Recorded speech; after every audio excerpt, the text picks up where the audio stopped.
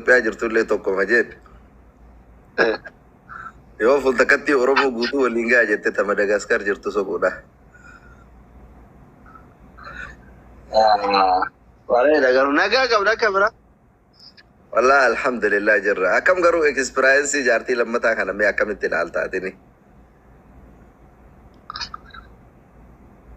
Jaartiin ammaa kun in ulfaata. Azaaba addunyaa gubbaatti dhala jaartii lama. Maaliif? Salaam. Waliin bakka Waalaikum salaam wa rahmatullahi wa barakatuh. Maaltu azaaba godhe maali jaartii? Baba fuudhe dhiirti tafuutta afuriin geettettu dhiira fuudha. La afurillee miti nuroo guddinatii kanaan. Maal bar dubartiif qabeenyi tokko amma fakkeenya namni qabeenya baay'ee qabullee fakkeenya akka fooqa lama qabullee yoo akkaataa itti qabatan hin beeyne qabeenyi sunillee isaaf qabeenya fitnaa ta'a beektaa dubartiilleen akkasuma ayyaayaazii laal full confidence ofitti amanamummaa qabaatte taanaan takkaa miti lamaa miti afurillee horatuu dandeetta. Namuma qaxxilatti godhuu hin dandeenye harkaa yoo ol dhoyite malee maal taatee nama harkaa ol dhoyite mee doktor? walumaan gara jarri filamee akkamitti qaxxilatti gootee qabattan asrii kenna. Maal akkamitti qaxxilatti gootee qabatuu hin dandeenye namni aslan dhiirti waan hin dandeenye gadi hin jettuu jetti Oromoo yoo mammaaktu. Mee muuxannoo dhoogan akka nama dabalatu yaada qabu tokkotti dabalachuu kellee rabbi beeka. Ani yaada qaba hin jenne.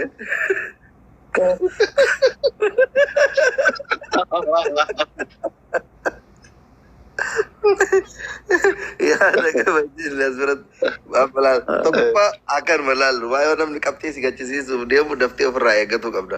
Kunummaanuu waan tokko beektaa siyaasa mataa ofii danda'e. Haa ta'u malee akka na fakkaatutti garuu jaartii lammataa fuudhuuni waan hamtuullee qabu miti waan rakkoollee qabu miti. Ilmi namaa kun mee amma dhugamaa dubbannu qeerroollenas jira. Ilmi namaa kun waan nama gammachiisu jira beektaa nama amma fakkeenyaaf bar osoo duniyaa qabu waggaa 30-40 jaartii fuudhuu didee fakkeenyaaf konkolaataa bareedaa oofuu mana gaarii keessa galuu nyaata gaarii nyaatu uffata gaarii akka mansuurii kan nafaa kennu amma jaartii dhiisanii suufa 70 uffatu maal jedhu waan garagaraa waan nama jaalachiisu jira. Fedhiin namaa garagara. Nama fakkeenya dhugaa dubbatuu fi addunyaa kanarraa wanti jaalladhu waa hunda caalee dubartiidha.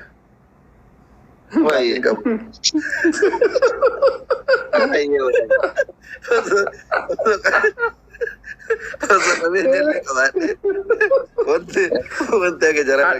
Dhuma ragaa fi baate nasri. Seenaa hedduu yaadannaa hima. Kijibu jira. Amma fakkeenya doktor Roso amma waa argate yookiin Kanaadaa deemaa Ameerikaa deemaa konkolaataa gaarii oofuu barbaaduu danda'a. Nama fedhiin isaa garagara. Innaa ati waan jaalattu sana ammoo tartiiba ittiin qabattu beekuu qabda. Fakkeenyaaf waa'ee jaraa kana wallahi dhuguma dubbate maa waa inni na godhe waan xiqqaa miti bar. Atama parsenaaliin godhin ayyaada dubbataa jira akka waliigalaatitti. Yaada waliigalaa yaada dhiirotaa dubbataa. Yaada waliigalaa yaada dhiirotaa dubbataa jira. Kanaafi namu waan isa gammachiisu qaba. Namni waan isa gammachiisu sana ammoo yoo ka itti waan sanitti yoo ka seenu taate itti gaafatamummaa waan sanii fudhatuu qaba. Jalqaba irratti lammaffaa jaartii lammaffaa namni yoo fuudhe dhugamatti nama sodaa osoo hin taane rabbi sodaaf ati wal qixxeessitee haqa jaraa wal qixa yoo eegdee yoo jarri umburrumbur jettee xiqqoo mataa dhaaban marfee waraanulleen barbaachisaadha. Akkas jedhaan istiraateejiin akka kiyyatti.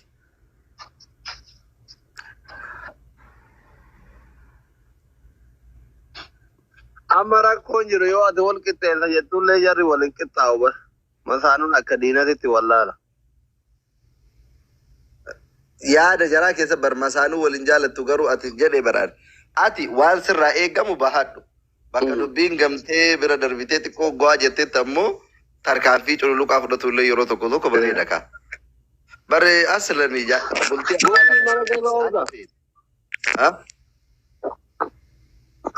Amma bakka wal Doktor. qixxeessaa kana jettee kana irratti yoo takka waa balleessite shari'aan wal qixxeessaa jetti fayyaaletti nagaan taa jirtullee hima tumtama taan tumtee diriin taan dhiif.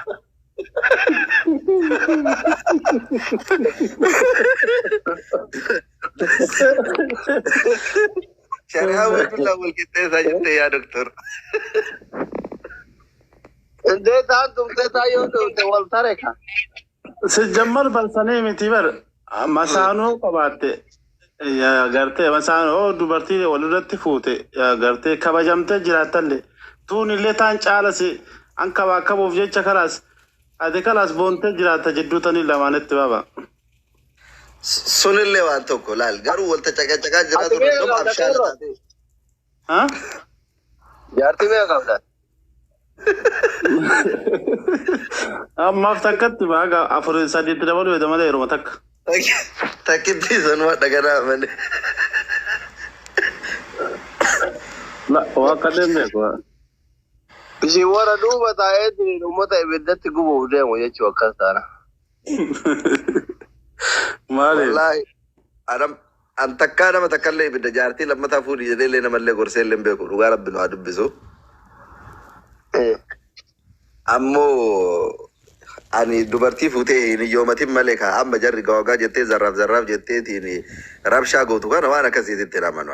Axxanaaffartee bulchita. Suwaawwan naa qabu miti. Garuu hin iyyoomatin. An amma wanti an ittiin amanne guddaa wanti an jibbu dubartii namaa fuudhanii rakkisuu, hiyyoomsuu, biyaansi jireenya maatii bira jiraatu sanii olitti jiraachisuudha malee jireenya maatii isii bira jiraatu sanii gadi jiraachisuun nan gammachiisullee ittillee hin amanu. Biyaansi masruufa fi dandeettee fi bultii isii waliin ijaaratte sanii akka isiin hin saalfanne akka isiin hin gaabbine godhuu qabda.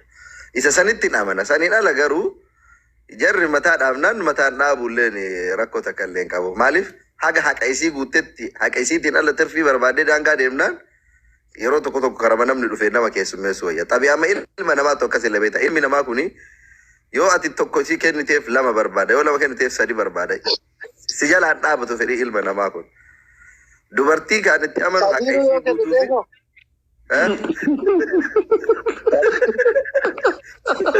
Sadi maal bakkuma takka fudhatti waa jirichaa dhufe. Rabbii keetii amta.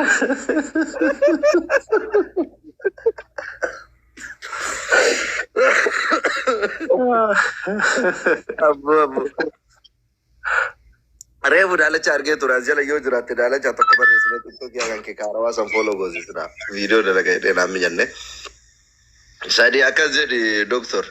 Mee ati maal jette istirateejii akka ekspiraansiititti dubartii lama namni fuudhee bakka tokko horatu maal godhuu qaba jettee yaadda? Namni jaartii lama fuudha jedhe dura durseetiin mana bal'aa ijaaratuu qaba yoo biyya jiraate yoo biyya ormaa jiraate mana bal'aa kireeffatuu qaba jedha. Ergasii argaa nama jara sadiinuu fuudhu bitachuu qaba jedha mana keessatti. Nafareeni. Nafareen waluusi.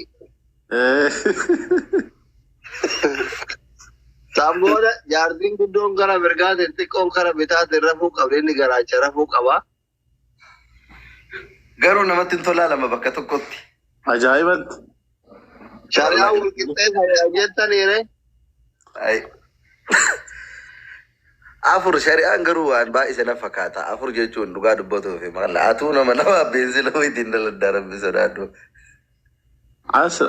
Qaama asliin jedhatan namaa ta'a baaba. Garra addaan turaa itti dhaljita isiillee faa jedha jabaataa ijoollee ol jabaataa yoo deemte ijoolleen ammaa nama hin geettu laalu. Ijoollee durii amma dubartii irratti fincoofti maal jetti ijoollee dhiquu maal jedhu afaan akkasii jidduutti miidhamti dubartiin. Ijoollee amma daa'imman gootee irraa baastee darbitee yoo barbaadde amma mageessitee tubboo irraa isaa dhaabattee bishaan itti gadhiista.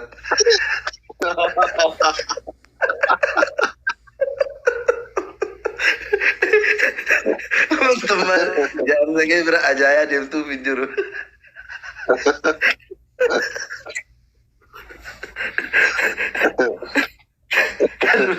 Kan durii ofirra geettee beekaa saduu bishaan saduu bara afaanin naqataa afaa ofirraa gara itti gadda itti nama bishaan qicuufuu qabda. lagni si bira jiraatee laga jala dibdee waliin baastu daa'ima harka tokkoon akkana ofirra kaa'attee harka tokko itti dhaqaa albaatii irraa dhitti ka daa'ima irraa gajjigu ammoo dhaqeeffatuma sii irra jiga fincaan.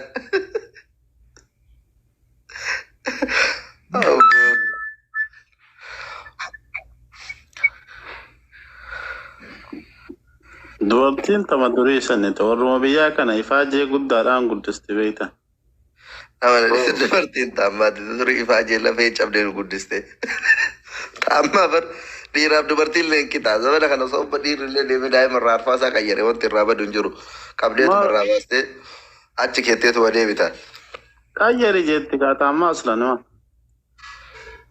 Laa martillee jettee Yoo gargaar. Wanta on gargaarri yoo irraa jijjiirre. Yoo gargaar asirraa deemtee deemti mana manaa gadi baa.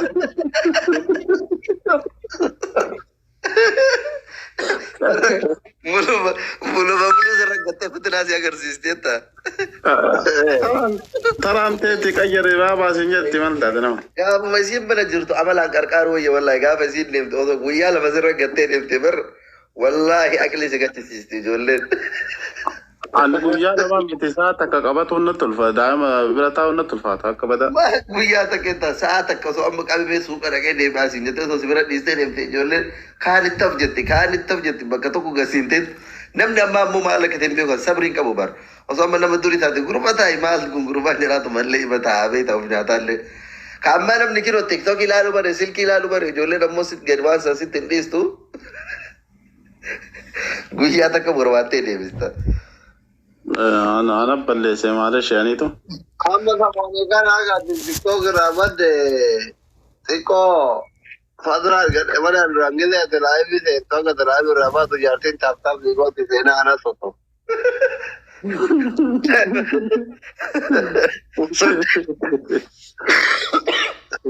Sodaa warra sanii ta'uun barkinu homa akkanaatiif nama fayyadaa beektaa.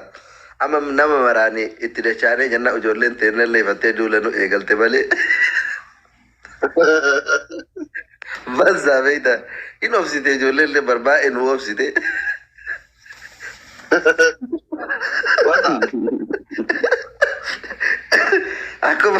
Akkuma hoolaa wal qabannee kee yaanee barnee jennaan duula eegalte ijoolleen. Dhugaa qaban. Dhugaa qaban dhugaan banne qaban baay'ee nu taaggasanii beektaa namni hin jira hin qabne jedhan marti yoo gayyaa'eetuma karaa baafate.